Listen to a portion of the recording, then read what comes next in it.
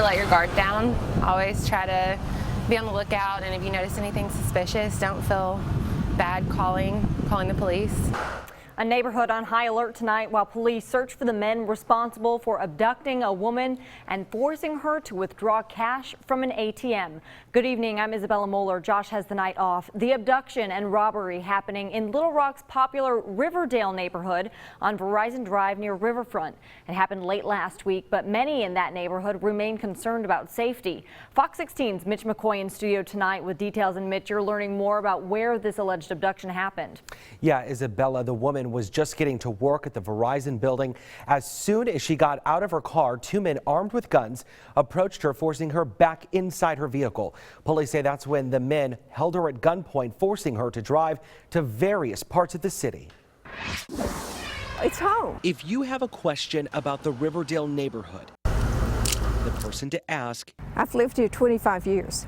is Jane Gillespie. There weren't as many buildings as there are now. She walks regularly along Riverfront Drive. I think we have a false sense of safety in this area. Jane says the area has grown over the last 2 decades, and so has her concern about safety. I watch my surroundings very much.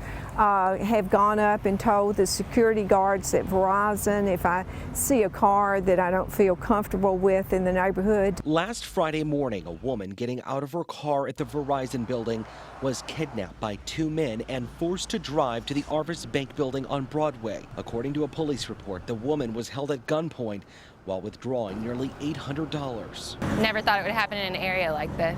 Brittany Marsh runs in the Riverdale area. Never let your guard down. Always try to be on the lookout, and if you notice anything suspicious, don't feel bad calling the police. Police say the suspects made the woman drive to Dixon Road, where they let her go, but the suspects stole her car. If you ask Jane, This was all soccer fields. Riverdale's neighborhood continues to grow, but so does crime all over the city. And I think it is almost criminal that we have young children in neighborhoods in the town that their sleep is interrupted at night with gunfire. We've seen that way too often. The woman was not injured. Little Rock police say this is an isolated incident, and they're still searching for those two men. One of the suspects is about 5'10" and 200 pounds. The suspect was wearing a black hoodie. He possibly had a tattoo or a birthmark on his right cheek. Talking about the other suspect here, he's about 5'8" and 120 pounds, wearing blue jeans and a gray hoodie. LRPD has not released any other descriptions regarding those two suspects, Isabella, and as soon as we get them, we'll be sure to pass along an update. Yeah, you know, that's really scary. There's a lot of people in that area. And as you said, soccer fields, kids. Yeah. Are police stepping up patrols here, or what are they doing? You know, that's unknown at this point. We did see a lot of a police presence there.